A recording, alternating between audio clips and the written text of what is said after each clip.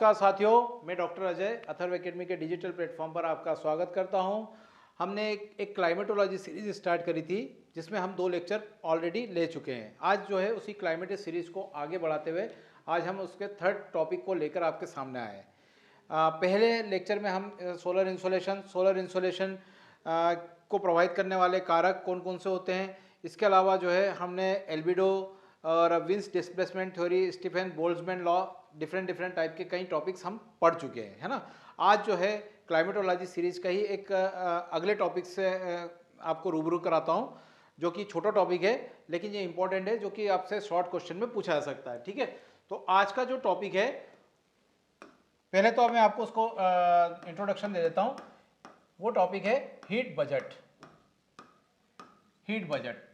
Heat budget generally आप budget का शब्द पढ़ते होंगे तो बजट मीन्स क्या होता है, आय व्यय का विवरण, है ना। यानी कि आपको इनकम कितनी हो रही है और आउटगोइंग कितनी हो रही है ना, यानी कि आपका आय और व्यय का जो ब्यौरा होता है वो बजट कहलाता है। यहाँ पर हम हीट बजट की बात कर रहे हैं तो आपको पता ही है, मैं फर्स्ट लेक्चर में आपसे डिस्कस कर चुका हूँ कि हमारे पृथ्वी पर जो है सन से जो है रेडिएशन आते हैं, ठीक है, जो कि शॉर्ट वेव के रूप में आते हैं। और पृथ्वी भी क्या होती है, उस रेडिएशन को प्राप्त करने के बाद में क्या होती है, गर्म होती है। गर्म होने के बाद में वो भी अपने में से रेडिएशन क्या करती है, एमिट करती है ना, जो कि लॉन्ग वेव के रूप में होता है और जिसे हम क्या बोलते हैं, टेरेस्ट्रियल रेडिएशन। शॉर्ट वेव क्यों है और ये लॉन्ग वेव क्यों है, इसके बारे में मैं फर्स्ट लेक्चर में डिस्कस कर चुका हूँ, जो कि आपको विंस डिस्प्लेसमेंट लॉ और साथ ही साथ स्टीफेंस बोल्ट्जमैन लॉ, उसमें मैंने आपको ये डिस्कस कर चुका हूँ। आज हम बात कर रहे हैं कि जो सन से आने वाली जो रेडिएशन की मात्रा और पृथ्वी से जो रेडिएशन बाहर जा रहे हैं, है ना, उनमें किस तरह से बैलेंस बना रहता है, उसके बारे में बात कर रहे हैं। तो उसी टॉपिक को हम पढ़ते हैं किसमें, हीट बजट में। अब हीट बजट में जैसा कि मैंने आपको बताया कि इस हीट बजट को हम 2 सेगमेंट में पढ़ेंगे। 2 सेगमेंट में कैसे कि सबसे पहली चीज़ तो हम देखेंगे आय के बारे में। तो आय क्या है, यहाँ पर जो सन से जो हमको रेडिएशन प्राप्त हो रहे हैं वो क्या है, हमारी आय पृथ्वी की, है ना। और पृथ्वी जो है अपने में से रेडिएशन स्पेस में निकालेगी, है ना, वो क्या कहलाएगा, व्यय। अब इसका मतलब यह है कि हीट बजट जो है 2 सेगमेंट में पढ़ने में, सबसे पहले हम पहले सेगमेंट पर आते हैं, जिसमें ये आप डायग्राम देख रहे हैं। इस डायग्राम से देखने में आपको ये दोनों जो पोर्शन है वो आपको अच्छे से समझ में आ जाएंगे। देखिए, सबसे पहले क्या होता है कि सन की जब रेडिएशन पृथ्वी पर आ रही है तो पृथ्वी पर आने में क्या होगा, उसको कई एटमॉस्फेरिक लेयर को पार करना पड़ेगा। लास्ट लेक्चर में मैं आपसे डिस्कस कर चुका हूँ, जब एटमॉस्फेयर में आती है तो सन रेज जो है उसका एब्जॉर्प्शन भी होता है, इसका स्कैटरिंग भी होती है ना। स्कैटरिंग यानी कि प्रकीर्णन भी होता है, एब्जॉर्प्शन मीन्स अवशोषण भी होता है। इसके अलावा एक रिफ्लेक्शन की घटना भी होती है ना, या डिफ्यूज रिफ्लेक्शन भी होता है ना। ये सारी घटनाएं जो है वायुमंडल से होने में यानी कि घटित होती है। उसके बावजूद फिर जब सन रेज जब पृथ्वी पर आती है तो सन की यानी कि अर्थ की सरफेस में कई जगह आपको अलग अलग टाइप की सरफेस मिल रही है, जैसे फॉरेस्ट एरिया मिल रहा है, कई जगह ओल्ड स्नो मिल रहा है, कहीं फ्रेश स्नो मिल रहा है। तो इन सरफेस से भी टकराकर सूर्य की ऊर्जा की कुछ मात्रा क्या हो जाती है, वापस से अंतरिक्ष में स्पेस में क्या हो जाती है, रिफ्लेक्ट हो जाती है, जिसे हम फर्स्ट लेक्चर में पढ़ चुके हैं, जिसे हम क्या कहते हैं, एल्बिडो कहते हैं। ठीक है, तो अब इसका कितना अमाउंट जो है किस तरह से घटित होता है, जैसे कि हम बात कर रहे हैं, एक सिंपल सी एग्जांपल यहाँ पर हम बात कर रहे हैं कि सन की जो ऊर्जा हमें प्राप्त हो रही है तो इसे हम मान लेते हैं यहाँ पर 100 यूनिट। ठीक है, तो यहाँ पर कुल मिला के ऐसा चलेगा कि 100 रुपये हमें दिए गए हैं, हमने उसे किस तरह से खर्च करा है और किस तरह से उसे प्राप्त किया है। ठीक है, तो ये सारी प्रोसेस हम हीट बजट में देखेंगे। तो पहला हम बात करते हैं इनकमिंग रेडिएशन की। तो इनकमिंग रेडिएशन में जब सूर्य की मात्रा, सूर्य की जो रेडिएशन है जब पृथ्वी की तरफ आता है तो पृथ्वी की तरफ आने पर क्या होता है, उसका 6% भाग जो दिख रहा है आपको, ये वायुमंडल में जो किसी पार्टिकल से कोई यानी कि कोई सनरेज आई और किसी ऐसे पार्टिकल से टकराई जिसका डायमीटर जो है उस सनलाइट की वेवलेंथ से क्या है, कम है, तो उससे टकराने के बाद में क्या हो जाएगा, उसका स्कैटरिंग हो जाएगा, है ना। और स्कैटरिंग के बाद में वो क्या हो जाएगा, अंतरिक्ष में चले जाएगा। तो ये कितना पोर्शन रहेगा, 6%। अब इसी में से कुछ भाग जो है डिफ्यूज रिफ्लेक्शन के द्वारा 17% भाग जो है वो क्या हो जाएगा, पृथ्वी को प्राप्त होगा। तो यहाँ पर हम बात कर रहे हैं 100%, यानी कि अगर हम 100 यूनिट मानते हैं सूर्य के द्वारा आने वाली जो ऊर्जा है वो 100 यूनिट है, तो उसमें से 6% भाग जो है वो कहाँ चले गया, 6% भाग जो है कहाँ चले गया, आपका स्कैटरिंग के द्वारा कहाँ चले गया, स्पेस में। और 17% भाग जो है वो कहाँ प्राप्त हुआ, पृथ्वी पर। किसके द्वारा, डिफ्यूज रिफ्लेक्शन। आपको शायद मैं थोड़ा सा रिकेप करा देता हूँ। ये डिफ्यूज डे लाइट की जो बात कर रहे हैं ना, जो 17% हमको डिफ्यूज रिफ्लेक्शन के द्वारा जो प्रकाश प्राप्त हुआ, ये प्रकाश भी बड़ा इंपॉर्टेंट है। जब आसमान में काले बादल छाए रहते हैं, लेकिन उसके बावजूद भी आप क्या है, सनलाइट आपके पास डायरेक्ट नहीं आती, लेकिन फिर भी आप क्या है, देख पाते हैं, है ना।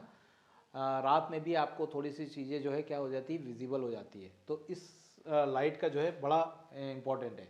वहीं हम बात करें स्कैटरिंग की घटना का, तो हम बता चुके हैं कि आसमान नीला होना, सूर्योदय सूर्यास्त के समय में आसमान का लाल दिखना, उसमें भी जो है आपकी स्कैटरिंग की घटना जो है जिम्मेदार होती है, ठीक है। और ये दोनों जो पोर्शन है वो किससे संबंधित है, आपके डेली लाइफ में भी आपको कई बार नजर आएंगे, ठीक है। अब यहाँ पर देखिए, समझिए 100 यूनिट आई थी हमारे पृथ्वी पर, आ रही थी 100 में से 6 यूनिट तो हमने वापस क्या कर दी, स्पेस में। अच्छा, जो जा रही है रेडिएशन की मात्रा, उसको मैं माइनस में बताते जाता हूँ, है ना। तो यहाँ पे मैं लिखते जाता हूँ, अभी इनकमिंग की बात हो रही, तो 6% हमने कहाँ कर दिया, स्पेस में स्कैटरिंग के द्वारा भेज दिया, और प्लस जो है आपका प्राप्त हो रहा है, ठीक है। तो 17% हमको प्राप्त हुआ, किससे, डिफ्यूज डे लाइट से।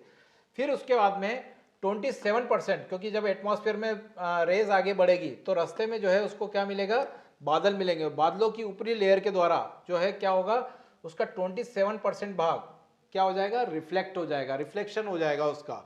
तो 27% भाग जो है वो बादलों से टकराकर अंतरिक्ष में चले जाएगा, ठीक है।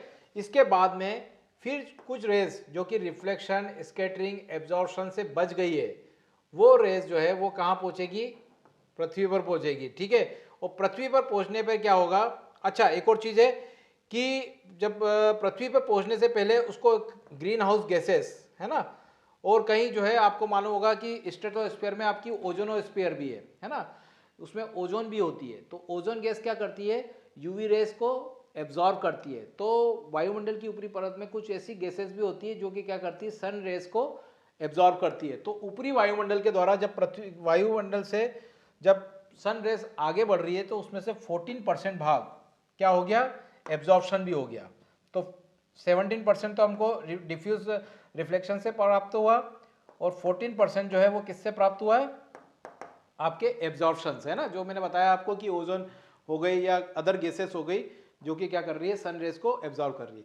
अब यहीं से बात करते हैं कि इन सब चीज़ों से होते हुए पृथ्वी पर जो सूर्य का प्रकाश पहुंचता है, तो सूर्य का प्रकाश जब पहुंचता है तो अर्थ पे भी फॉरेस्ट एरिया है, ओल्ड स्नो है, फ्रेश स्नो है, इससे क्या होता है, रिफ्लेक्ट होके कुछ प्रकाश जो है क्या हो जाता है, अंतरिक्ष में चले जाता है, जिसे हमने क्या बोला था, एल्बिडो, है ना।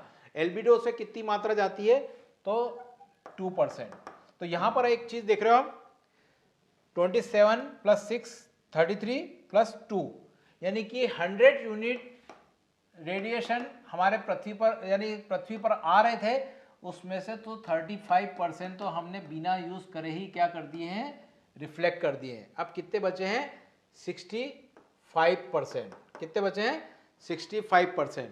65% में भी देखें तो 17% तो हमको डिफ्यूज रिफ्लेक्शन से प्राप्त हो रहा है, 14% आपकी वायुमंडल की कुछ परतों के द्वारा क्या कर दिया गया है, एब्जॉर्ब कर लिया गया है। तो ये कितना हो गया आपका 17 + 14 यानी 31। बाकी का 34% जो है वो हम क्या है, सनलाइट से डायरेक्ट क्या कर रहे हैं, प्राप्त कर रहे हैं। अब इसको भी देखें, 14% कहाँ रह गया आपका, 35 तो चले गया, अब कितना बचा, 65। 65 में बात करें तो 65 में से 14% तो आपका अपर एटमॉस्फेयर में एब्जॉर्ब हो गया। अब इसमें 65 में से 14 गए तो कितने बचे, 51। यानी कि इसका मतलब अर्थ की सरफेस जो है 100 में से कितना प्राप्त कर रही है, मात्रा 51। तो ये पहला सेगमेंट तो आपको समझ में आ गया होगा। अब हम बात करते हैं सेकेंड सेगमेंट पे चलते हैं ना, यानी कि व्यय के बारे में देखते हैं कि जो रेडिएशन सन से आ गए, वो तो हम देख चुके हैं। अब बात कर रहे हैं जो टेरेस्ट्रियल रेडिएशन जो स्पेस में जाएंगे तो उसकी कितनी मात्रा जाएगी। तो यहाँ पे देखिए जो हमने 51% प्राप्त किया था उसमें से 19% भाग जो है वो कहाँ जाएगा, वाष्पीकरण के रूप में। यानी कि आपने देखा होगा कि आपके अर्थ पे कहीं वाटर बॉडीज होती है, कहीं प्लांट्स होते हैं, है ना, कहीं पेड़ पौधे होते हैं, कहीं जलाशय होते हैं, उनसे क्या होता है कि पानी जो है वाष्प बनकर ऊपर उठता है, ठीक है। उसके कारण जो है वाष्पीकरण के कारण जो है 19% जो है भाग जो है वो कहाँ चले जाता है, अपर एटमॉस्फेयर में चले जाता है। ये 19% दिख रहा है आपको, है ना। अब ये 19% जो आपको प्लस में दिख रहा है, तो इसमें एक और चीज़ बता देता हूँ कि ये जो पोर्शन है ना, जो 19% इवेपोरेशन के द्वारा हमने क्या करा, उसको रिलीज करा है, वो 19% जो है आपको वायुमंडल का जो है वो प्राप्त वापस कैसे होता है, तो वो प्राप्त होता है किसके रूप में, एक टर्मिनोलॉजी आती है लेटेंट हीट, आपने सुना होगा लेटेंट हीट, है ना। यहाँ पर हम बात कर रहे हैं condensation, latent heat of condensation, यानी कि संघनन की गुप्त ऊष्मा। देखिए क्या होता है, चूंकि मैं थोड़ा सा टॉपिक से अलग हट के बात कर रहा हूँ, ये अभी आगे हम डिटेल में पढ़ेंगे, पर अभी फिलहाल चूंकि शब्द ये यहाँ पर एक चीज़ आई है तो मैं अभी आपको यहीं कहीं एक्सप्लेन कर देता हूँ। क्या होता है, हवा गर्म होकर ऊपर उठती है और अपने साथ में क्या है, वाटर वेपर को साथ में लेके ऊपर जाती है। जब वाटर वेपर को ऊपर लेके जाती है तो उसका जब 100% सेचुरेशन हो जाता है, यानी कि 100% जो है वायु जो है अपने आप में जल वाष्प को समेट लेती है और संतृप्त हो जाती है, तो फिर उसमें क्या है, संघनन की प्रक्रिया चालू होती है। संघनन की प्रक्रिया आप थोड़ा जानते होंगे कि जल वाष्प का जल में कन्वर्ट होना, है ना, यानी वाटर वेपर का वाटर ड्रॉपलेट में कन्वर्ट होना ही क्या कहलाता है, कंडेंसेशन, संघनन, ठीक है। अब यहाँ पर एक शब्द बोल रहा हूँ, ये संघनन जो हो रहा है, यानी कि संघनन किसमें हो रहा है, वाटर वेपर का वाष्प का किसमें कन्वर्ट हो रही है, जल में, जल बूंदों में, है ना।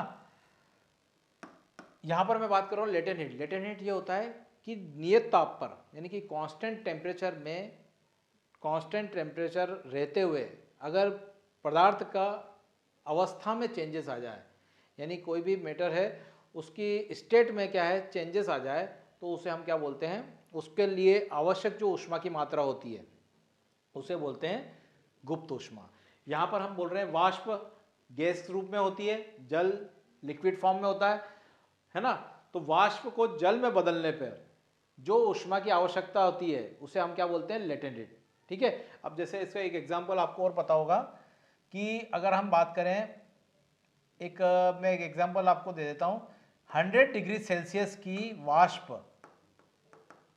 को 100 डिग्री सेल्सियस की जल में बदलने के लिए जो ऊष्मा की आवश्यकता होगी, है ना, उसे क्या बोलते हैं हम, लेटेंट हीट। अब लेटेंट हीट इसलिए बोला जा रहा है क्योंकि ये गुप्त रूप से छुपी हुई रहती है, ठीक है। तो ये कंडेंसेशन की प्रोसेस में क्या होता है, ये लेटेंट हीट रिलीज होती है, जिसके कारण क्या है कि वायुमंडल जो है, ये जो इवेपोरेशन से जो एनर्जी रिलीज हुई है ना, वो एनर्जी जो है अपर एटमॉस्फेयर में प्राप्त होती है, ठीक है। इसके अलावा फिर हम बात करते हैं कि 9% जो है वो कन्वेक्शन और टर्बुलेंस के द्वारा जो है 9% की जो एनर्जी जो है यहाँ पर प्राप्त हो रही है, ठीक है।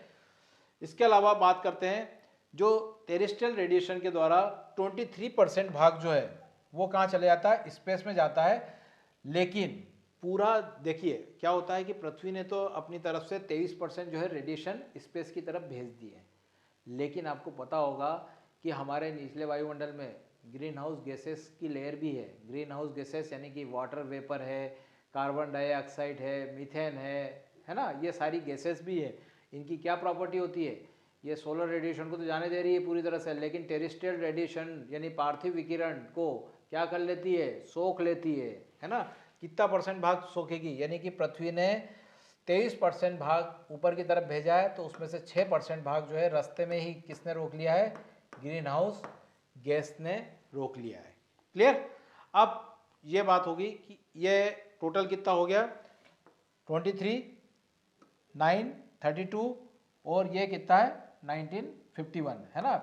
ये 51 का हिसाब हम क्यों दे रहे हैं, क्योंकि 50 अभी हमने थोड़े समय पहले देखा कि अर्थ को कितना रेडिएशन प्राप्त हो रहा है, 51% प्राप्त हो रहा है, ठीक है। 51% में से क्या हुआ, डायरेक्ट 17% तो हमने क्या करा, स्पेस में भेज दिया।